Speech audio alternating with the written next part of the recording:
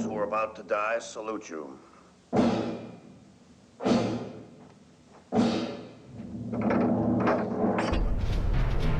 Spartacus has to be one of the top 10 features in our library. It's a film of tremendous scope. It is a film that deals with themes of slavery and oppression. And at the time that it was produced in the late 50s and released in 1960, obviously those were themes that were very important in this country and to this country's history. I'd rather be here, a free man among brothers, facing a long march and a hard fight, than to be the richest citizen of Rome. Spartacus is a very important movie, and it makes a statement about what one small group of people can try and do. And I really think that that spoke to the audiences in the early 60s, and it made a difference. When just one man says, no, I won't, Rome begins to fear. And we were tens of thousands who said no. When I first heard about the restoration of Spartacus, I was pretty excited because I'd worked on Blu-ray versions prior, and I knew they were going to go back in and really do some great work with it. This is an opportunity to present the film with a new scan from the original negative. Up to this point, it was thought that the original negative was beyond use. We are going back to the film elements. They are in kind of rough condition, 1960s. They were cut at different times from each other, so in cases they don't match. The film was edited in the 60s to remove some battle sequences that were a little too realistic and to remove some material that at the time was thought to be questionable. Do you eat oysters? When I have them, master. Do you eat snails? No, master. Spartacus was shot in 35mm Technorama. This differs from traditional 35mm film formats in that the image is exposed horizontally on the film, enabling an image that is basically twice as wide as one that would be in a traditional 35mm film format. We start with a scan, high resolution on the Northlight scanner. The Northlight scans at 6K resolution and then outputs a signal at 4K resolution, and then our workflow is 4K throughout the restoration. We really have two main functions in restoration, and that is repairing any damage that has occurred or any reversing the effects of aging, and at the same time staying true to what the filmmakers wanted to present to the audience. We've brought Bob Harris on as a consultant to help us with this particular restoration. Robert Harris and his partner Jim Katz in the 1990 restoration of the film did work directly with Stanley Kubrick to get notes and his input on what the color of the film should be. That was done photochemically. This is an opportunity now to take that work and apply the best technology that exists today.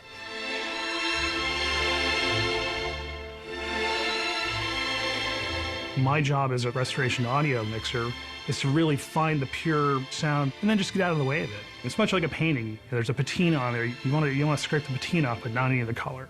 The story of this soundtrack's history is pretty interesting. And in Universal's catalog, there's not a whole lot of discrete stereo releases. And this was a 70mm, 6-track format, which is 5 screen channels across the front and a monaural surround channel. The big restoration in '91 had a theatrical release of the same format.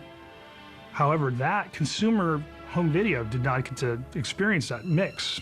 So for the current restoration, not only did we create a 5.1, we also created a 7.1. So in this case, we had a mono surround back from 1960, taking that into stereo and quadraphonic, so a total of 8 total channels for the 7.1. There are a lot of people involved. There are a lot of facility resources involved. I personally think it's fantastic to work for a company like Universal that cares enough about the content to create a facility like this to give this film its due. The scale of this project is immense. We are on 13 different reels at any given time. You can walk into any room in this building and someone has an image of Spartacus on the screen. In one room, there may be editorial work going on. In another room, there may be scratch removal. In another room, there may be color correction. The color correction process is what we use to even out the color between scenes. When a motion picture is shot, it's shot over many weeks and months. They could start shooting at 2 o'clock in the afternoon and finish shooting at 5 o'clock in the afternoon, and the light's going to be different. So we use our color correction tools to make it look seamless, like it was all shot at the same time of the day. The original negative in this case had started to fade, and what happens when a negative fades is that the blue color usually fades first. So as a protection against that, the studios would shoot 3 black and white layers that were representative of each color piece of the film. So you have a black and white record that represents red, green, and blue primary colors. Those elements can be recombined and thereby reproduce faithfully the colors that existed in the original negative. In one sequence, the negative tore. And that was sort of interesting because you put all 3 layers together and now you have this big green splotch through the frame, and you're just like, how did that happen?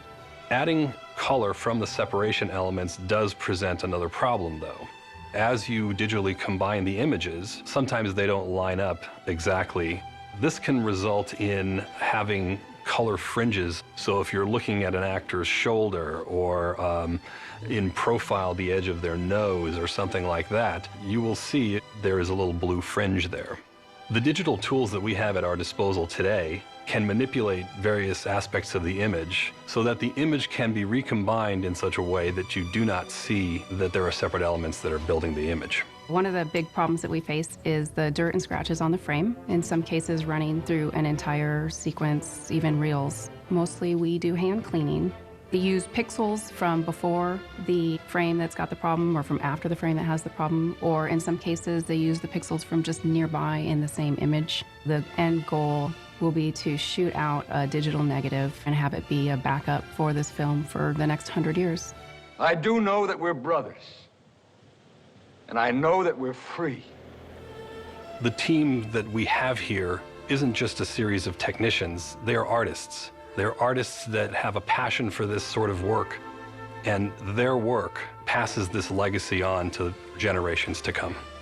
When the Blu-ray comes out, I think audiences are going to be just completely struck by the picture first off, and then maybe a reel or 2 in, they're going to go, this sounds really amazing. I'm Spartacus! I'm Spartacus.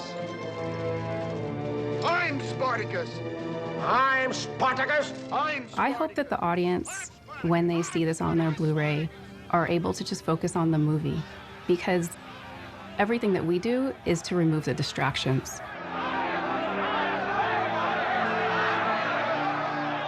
It probably hasn't looked this good since it was first screened, and I dare say it probably looks better.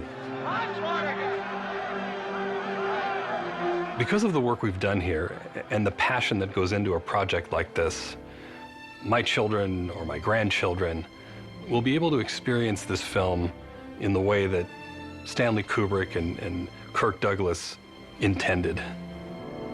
I love you, Spartacus, as I loved my own father. I love you like my son that I'll never see.